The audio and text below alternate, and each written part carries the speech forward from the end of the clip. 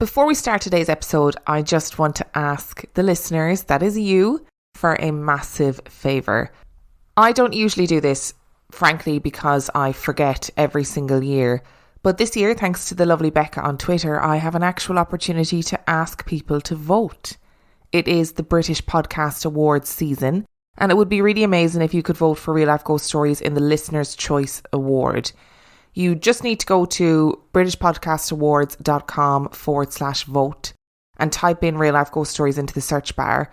And then you'll be sent like a confirmation email, and in order to make your vote count, you need to click the button on the email. And that is it. It literally only takes a minute, and I'm not exaggerating when I say that. It is a really quick process. I am under no illusions that Real Life Ghost Stories would win, but if I get shortlisted, it is great advertising for the podcast, and that's it. This is a totally indie podcast. I have no intervention from anybody else. I don't have a team. I don't have, researchers or editors or people working on my marketing or an agent. I don't have anything like that. It is literally just me. So if I can find a way to get some free advertising in there, I'm all about it. So if you could vote, that'd be great. Also, you can only vote for Real Life Ghost Stories once, but you can vote for as many podcasts as you like. So if you have a podcast that you love, please be sure that you sling them a vote as well, especially if they're an indie podcast. I obviously voted for The Poisoner's Cabinet because they're my friends and they make a great podcast. And if you have a podcast that you love, just throw them a vote, because you never know who's looking at the votes, who's looking at what votes are coming in, and it might be really good for an indie podcast that you love. The link to vote will be in the description of this episode. It's britishpodcastawards.com/vote. Thank you so much.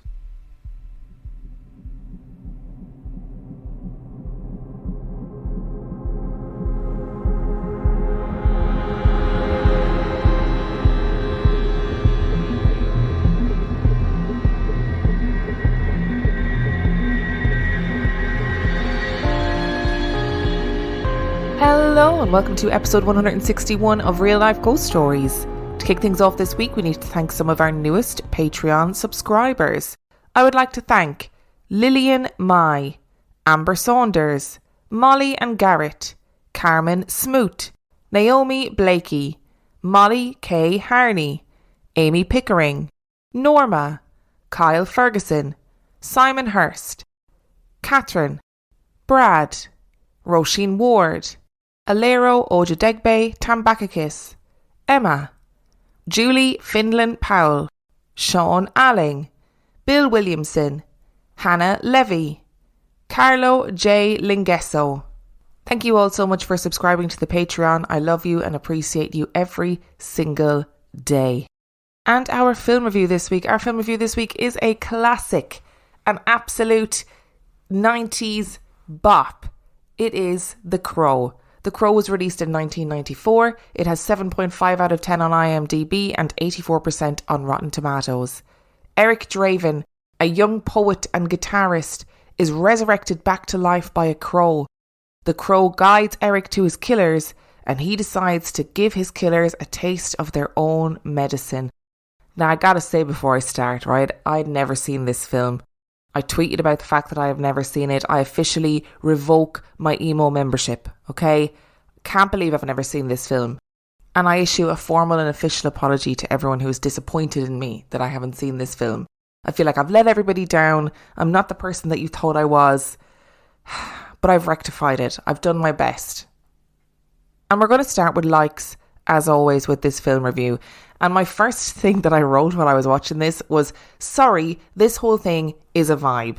And it is a vibe.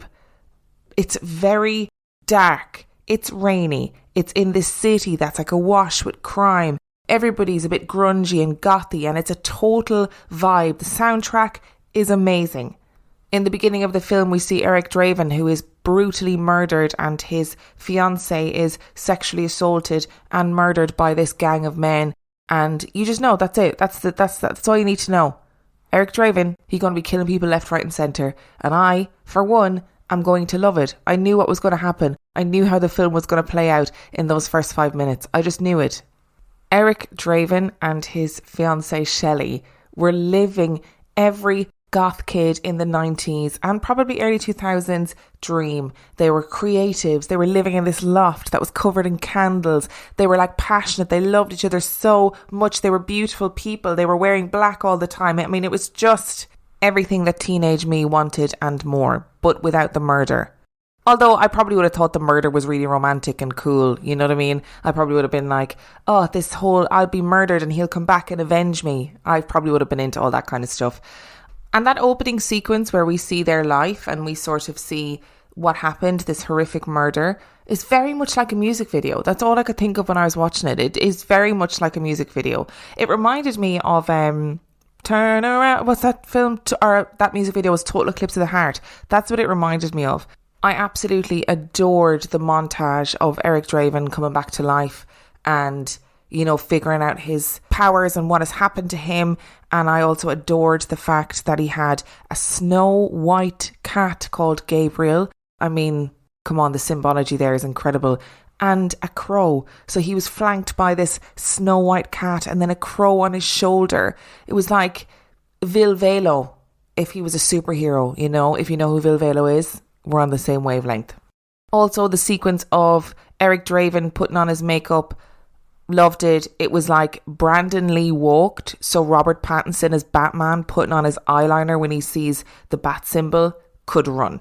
I also need to give a very honourable mention to the tattoos, which were so 90s.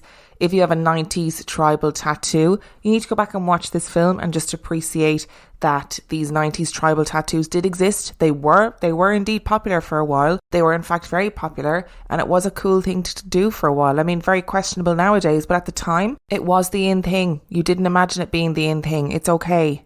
I think one of the things that I enjoyed most about this movie was the fact that when Eric Draven came back and people realised who he was, this man who had died the year before, everybody's like, whoa, Eric, is that you? And Eric's like, yeah, I've come back from the dead and I've got all these powers and I'm back to avenge my killers.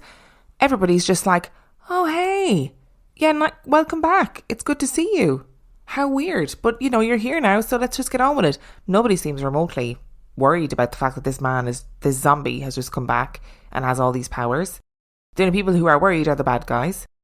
And they should be worried, to be honest, but everybody else is so blasé about this man coming back from the dead. I found it just astounding. It was staggering how blasé they were about it. The whole film, in general, felt like watching Streets of Rage, the video game, but slightly more gothy and made into a movie. I don't know if that's just me. It was like the backdrop, the bad guys, the Miramax opening credits made me feel like it was Streets of Rage. That's what I was feeling the whole way through, was real Streets of Rage vibes. And we've got to move on to the dislikes. My number one dislike that I wrote down was that it's a ridiculous film. Come on. It's ridiculous. And I know that people aren't going to like me saying that. Please don't attack me for saying that it's a ridiculous film. But I recognise it's loaded with nostalgia, you know? It's got that otherness that the gothy outsider would feel really at home with and feel like they resonated with. But what this film is, it's a melodrama. And I actually don't think it's very good.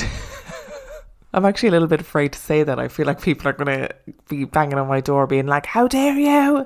There's going to be an angry mob and there's going to be people who are all dressed up as the Crow coming to my door. I thought it was hammy. I thought the acting wasn't very good. The script writing was pretty questionable as well. I mean, there was one moment where a bad guy referred to another bad guy. He had him by the scruff of the neck and he was like, what are you doing, you ass hair? And I thought, oh, is that an insult that was used in the 90s? I mean, maybe it was. But I appreciated it. I really did appreciate it for what it was. I enjoyed the fact that it was a melodrama. I loved the outfits. I loved the whole world of the movie. I loved that there was no nuance in the bad guys' characters whatsoever.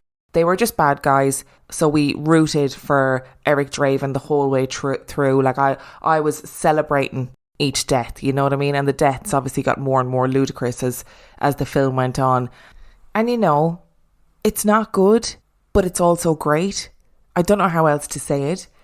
Like, it's a love story. He's avenging the love of his life. A crow brings him back from the dead. The bad guys are just terrible. We've got a good cop that you always love to see. We've got this like feisty little street urchin. I mean, listen, all right? Don't be sending me letters of complaint. I thought it was terrible but also great.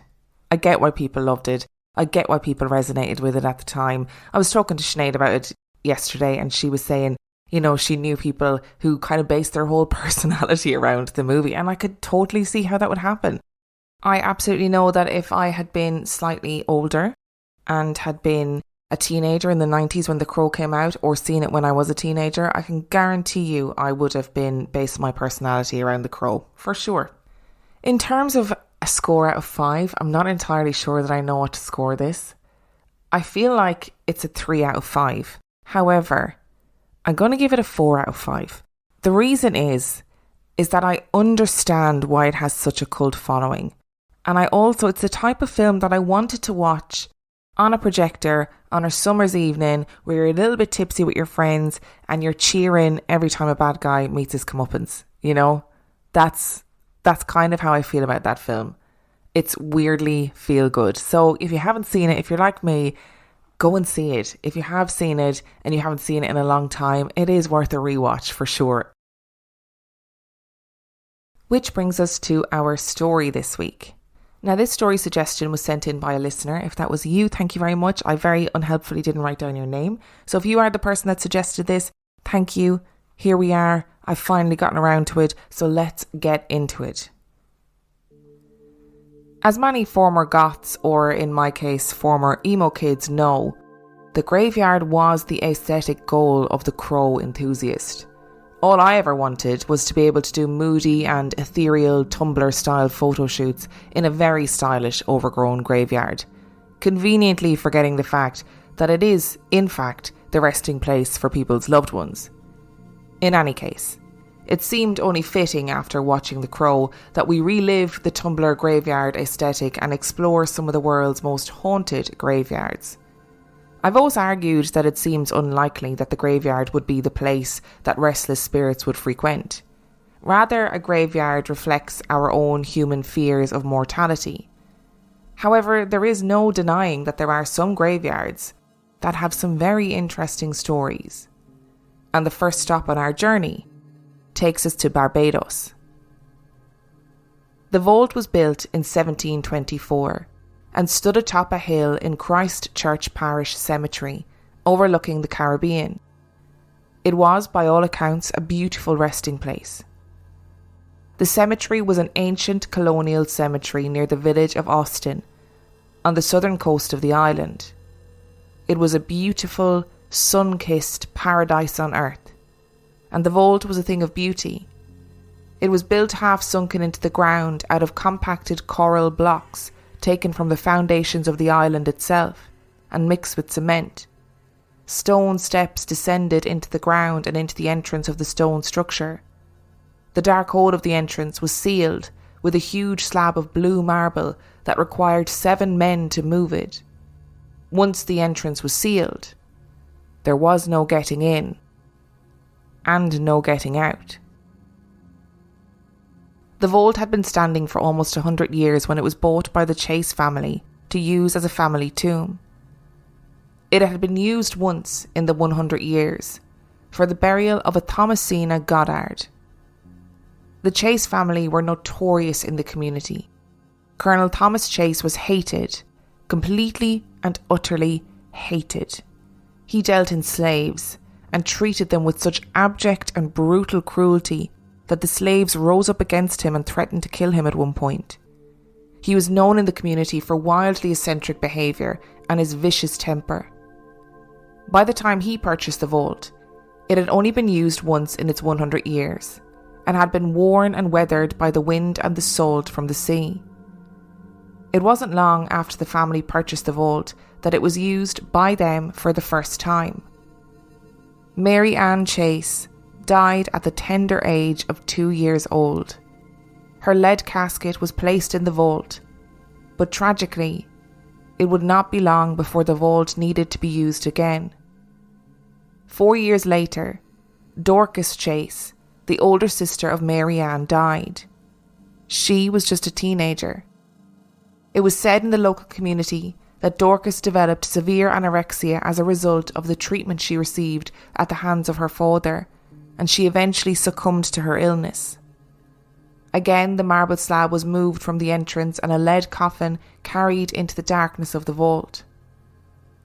Colonel Thomas Chase interred 2 of his daughters in the vault, and 1 month after Dorcas's death, he took his own life. The problem started when it was time for his lead coffin to be interred into the crypt.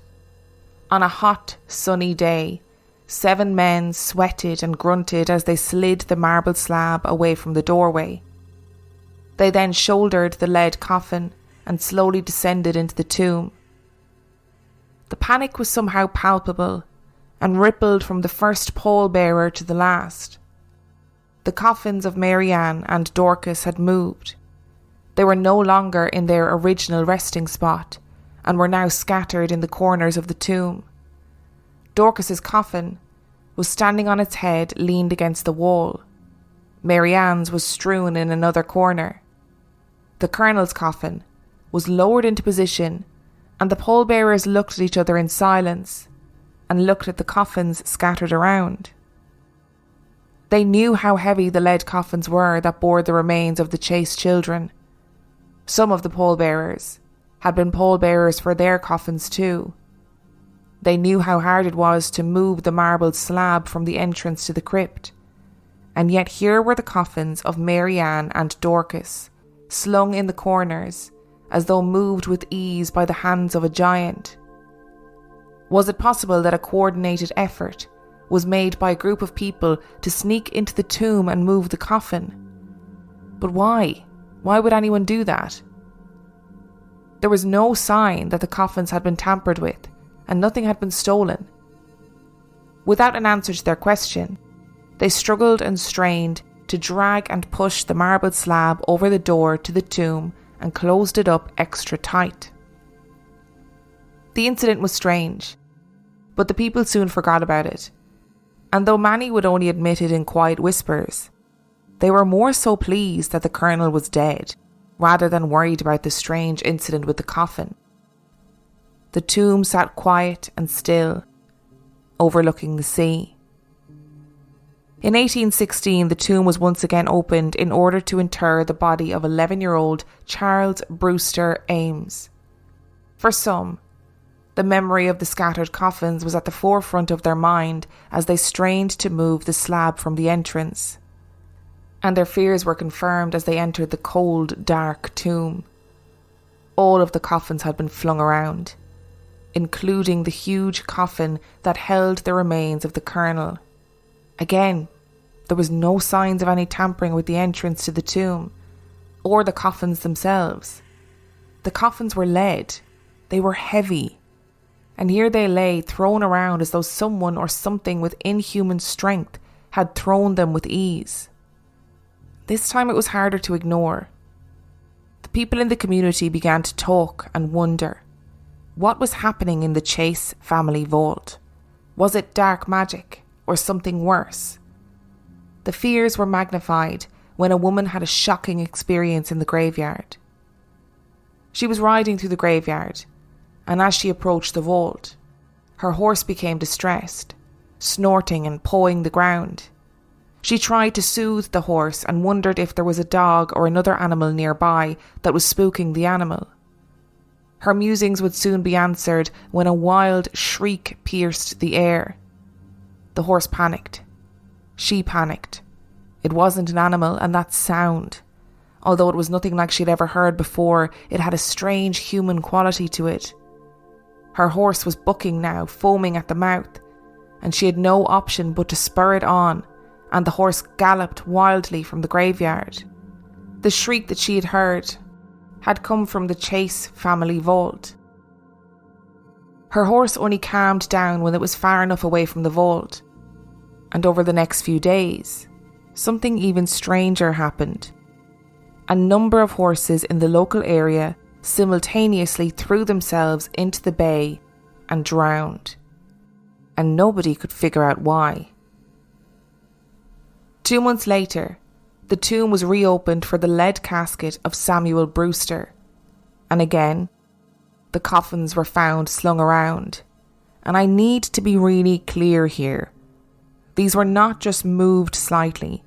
they were in completely different parts of the tomb and in completely different positions than their original resting position. Again, in 1819, a Thomasina Clark died, and her body was taken to the vault, and again the vault was in disarray. Except in each case there was one coffin that wasn't moved. Each and every time the tomb was opened, and the lead coffins of the Chase family were found scattered, the humble wooden casket of Thomasina Goddard, the original occupant of the tomb, remained stoically in place, completely untouched. She was of no relation to the Chase family. By this point, the Governor of Barbados sat up and paid attention. Lord Combermere had been present at the funeral of Thomasina Clark and had witnessed the caskets slung around the tomb. He ordered an official investigation in which every part of the tomb was sounded out to ensure that there was no secret subterranean passages or some sort of concealed entrance. There wasn't. There weren't even any cracks. The vault was secure. The floor of the vault was then covered in a fine white sand in order to try and capture any footsteps of would-be vandals. And to top it all off, the tomb entrance was now sealed with cement, and the Governor put impressions of his signet ring into the wet cement to discourage vandals and to signify if the seal of the tomb had been broken before it officially needed to be opened again. In 1820, the decision was made to reopen the vault. The Governor arrived at the vault with a team of men and were relieved to find that the cement around the marble slab was untouched. The impressions of the Governor's ring were there, unscathed. But still the decision was made to open the vault anyway, just to see. The cement sealing the marble was chipped and cracked away, and the slab was moved, and the party descended into the vault confident that no one had entered the tomb. Something was very clearly wrong. The sand was settled and pristine, having not been touched, but the coffins were again slung around. The Colonel's coffin was thrown against the entrance to the tomb, almost as if to block the men's way into the vault. It was worse than before. Mary Ann's coffin had been thrown against the wall with such force that a piece had broken off the corner. The people were perplexed. Nathan Lucas, a member of the Barbados House of Assembly, later spoke about the incident and said, "I examined the walls, the arch, and every part of the vault, and found every part old and similar, and a mason in my presence struck every part of the bottom with his hammer, and all was solid. I confess myself at a loss to account for the movements of these leaden coffins. Thieves certainly had no hand in it, and as for any practical wit or hoax, too many were requisite to be trusted with the secret for it to remain unknown. And as for local people having anything to do with it, their superstitious fear of the dead, and everything belonging to them, precludes any idea of the kind. All I know is that it happened, and that I was an eyewitness of the fact." The Governor acted fast, and ordered that all of the bodies to be removed from the vault, and reburied in the cemetery. The vault was ordered to remain empty and open, and was never used again. And it remains empty and open to this day. So what happened in the Chase family vault? The first theory is that there was some sort of seismic activity that was causing the coffins to move. But Barbados is not a seismically active island, and none of the other tombs or vaults were impacted in the same way. If it was seismic, then there would have been some damage to other tombs or vaults. It was very clear from the descriptions that there was no sign of vandalism or human interference. The other suggestion is that the coffins floated in the vault and therefore were moved around following heavy rainfall. While it may be considered that it would be impossible that these heavy lead coffins would float around, the Skeptoid podcast did some calculations, none of which I understood, and established that the coffins could float depending on the amount of water present. But is it likely that enough water would fill the vault on that regular a basis that the lead coffins would not only float, but the volume of water would be that large that the coffins would end up leaning lengthways against the wall when the water eventually receded? While I think it's entirely possible and plausible that flooding was a part of the reason, I just don't know if I fully accept it as the reason. But here's the real kicker for this story. Were there ever coffins in the vault at all? The people mentioned in this story absolutely died at the times listed in the story. Death records prove that. But all of the accounts about the moving coffins are second-hand accounts, allegedly read in memoirs and newspaper articles, but there are no remaining first-hand accounts left. One of the accounts that is often referenced is that the governor of the island wrote about the incident in his memoirs, but his memoirs don't exist anymore. And there is an identical story that was allegedly recorded on an island off Estonia. The events are almost perfectly aligned, and I wonder if the Chase family were so hated that the stories became conflated. Colonel Chase was a menace in life, and maybe it was nice to believe that he got no peace in death. As I said, there were incidents elsewhere in the world that were of a similar nature. In the mid-18th century in Staunton in England, coffins were found disturbed on 3 occasions in a vault belonging to a family named French. One of the displaced coffins was so heavy that 8 men were required to move it back to its proper position. Flooding was advanced as a cause, though the vault showed no signs of having held water at the times it was opened. Similarly, coffins were found in disarray twice in the Gretford family vault near Stamford in England in the early 19th century. Water was again supposed as the cause, though no signs of it were found. The case that I just mentioned, on an island off Estonia, occurred in 1844, on an island now called Saaremaa, located in the Baltic Sea, the home of a largely Lutheran population. In 1844, horses tethered near the vault became frantic when a loud crash was heard to emanate from within the crypt. Subsequently, other loud crashes were heard. When the vault was opened for a burial, several coffins were found scattered around and even lying one on top of the other. 3 were not disturbed. They contained the body of an old woman said to have been very devout, and the bodies of 2 young children.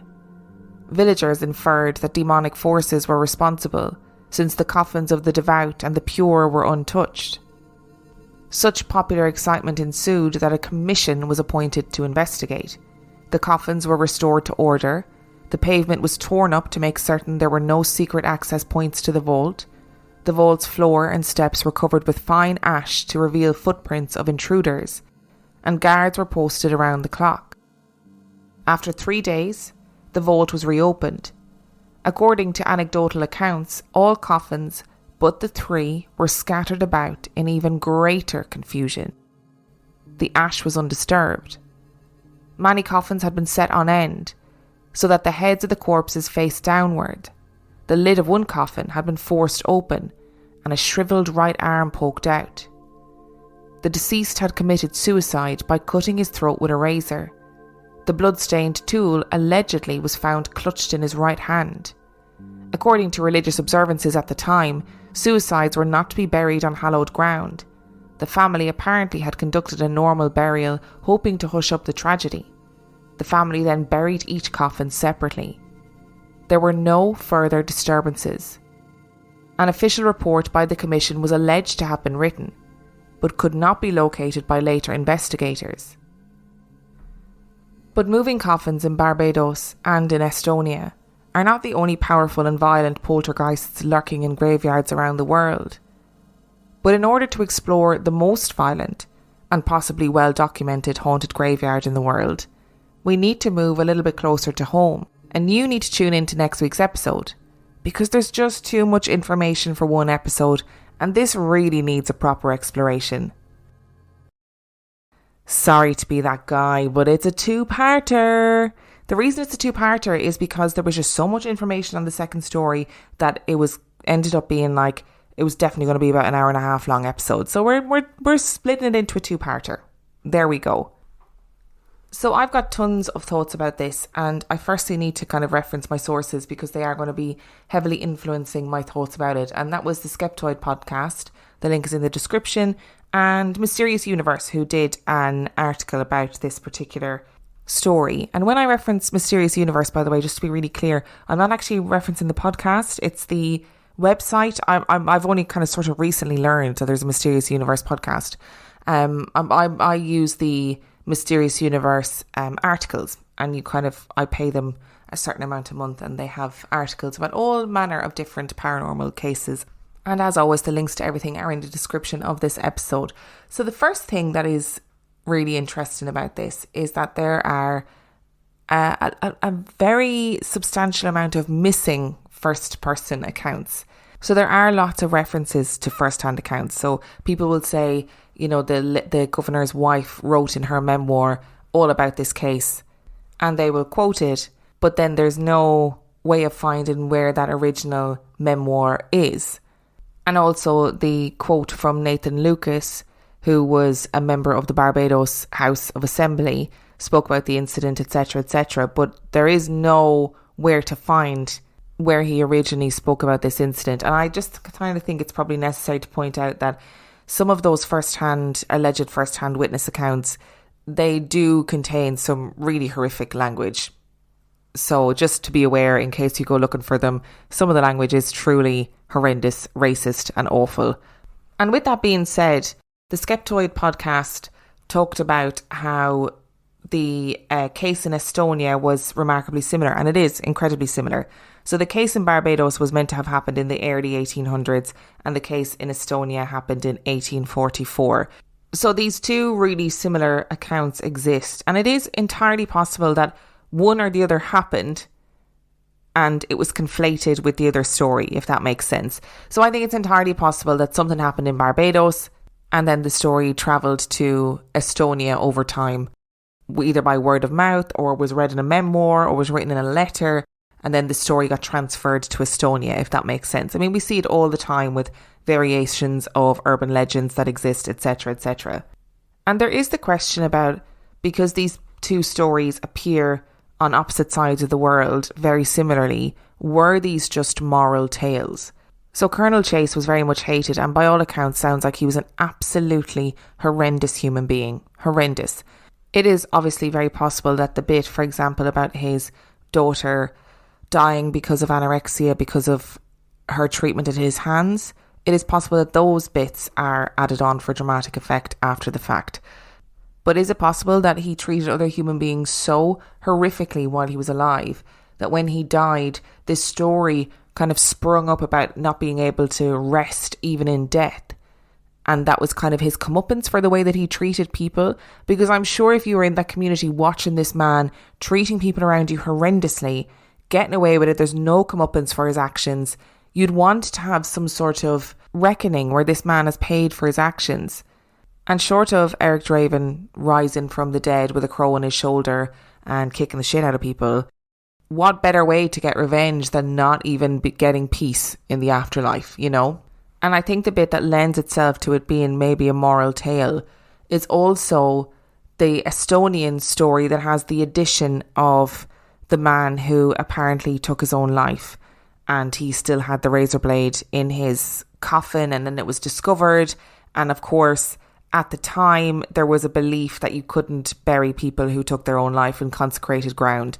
And the implication from the Estonian story seems to be that that was the cause for all of the upset, which would have been a moral tale. It would have been like, look what happens if you take your own life and you try and bury that person on consecrated ground, which is awful. I mean, we don't need to talk about how horrendous that idea is, but it existed for a very long time. So I do believe there's an element of these stories maybe being kind of urban legends, moral tales that are designed to teach us something about life or teach us something about religion or how we treat people in the life that we're living. But there is something about the original story from Barbados that really captures me. And I just think that people weren't stupid. They would have known if it was flooding that was causing the coffins to move around. I fully accept that the coffins would have floated with a certain amount of water. but there would have surely been evidence that at points the vault was becoming waterlogged, whether that was moss that was growing or, something would have shown the people, the coffins are moving around, but it's because the vault is filling with water at various points. Or was the fact that there was allegedly no sign of any water damage, was that added later to make the story more compelling?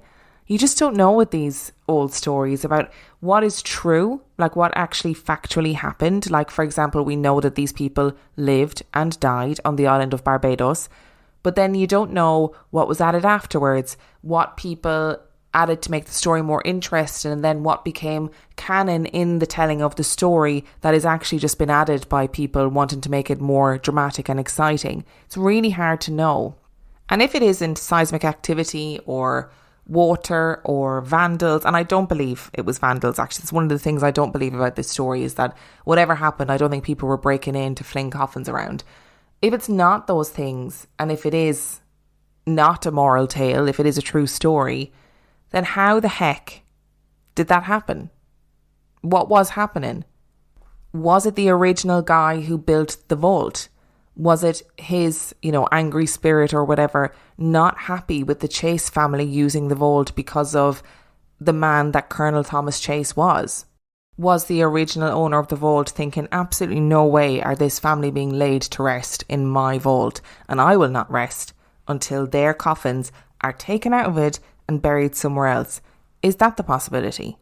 And then when I was researching about this story, again from the Skeptoid podcast, there was a researcher named Joe Nickell who wrote all about the moving coffins in 1982, and he claimed that it was all about the Freemasons and Freemason symbology, and it was actually a Freemason story. And now look, every time I look up the Freemasons, I don't fully understand what it is, so I'm not even going to try to go into it.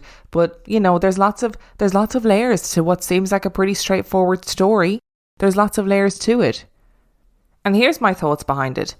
I actually think this is probably a true story that has been carried to different places around the world and then has been conflated with stories within that particular place.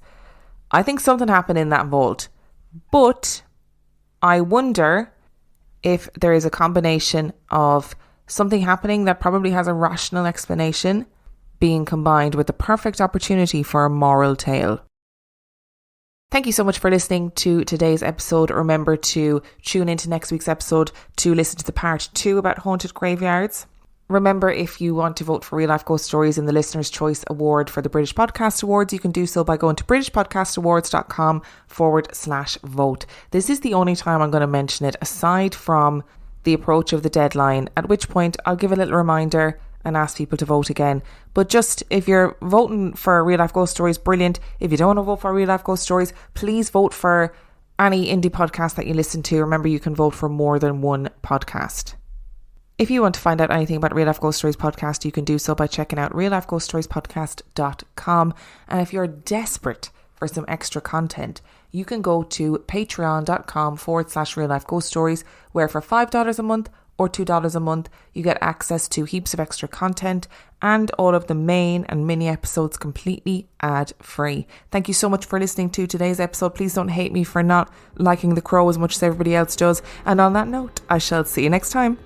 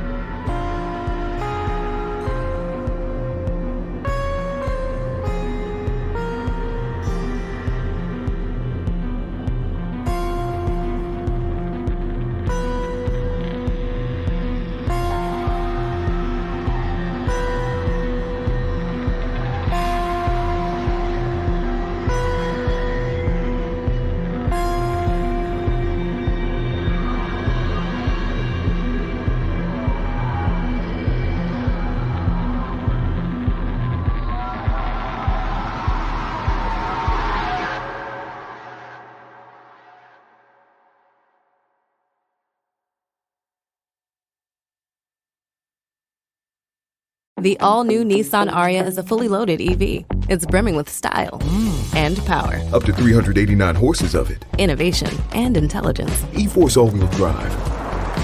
It'll pin you to your seat. Your very plush seat. The all-new, all-electric Nissan Ariya. Nissan Ariya with E-Force expected availability early 2023. E-Force cannot prevent collisions or provide enhanced traction in all conditions. E-Force and 389 horsepower available on Platinum Plus. Nissan calculation using 1-foot rollout testing with long-range battery and E-Force only in sport mode with E-Step off. These results are for comparison only and should not be attempted on public roads. Drive responsibly. See nissanusa.com for details.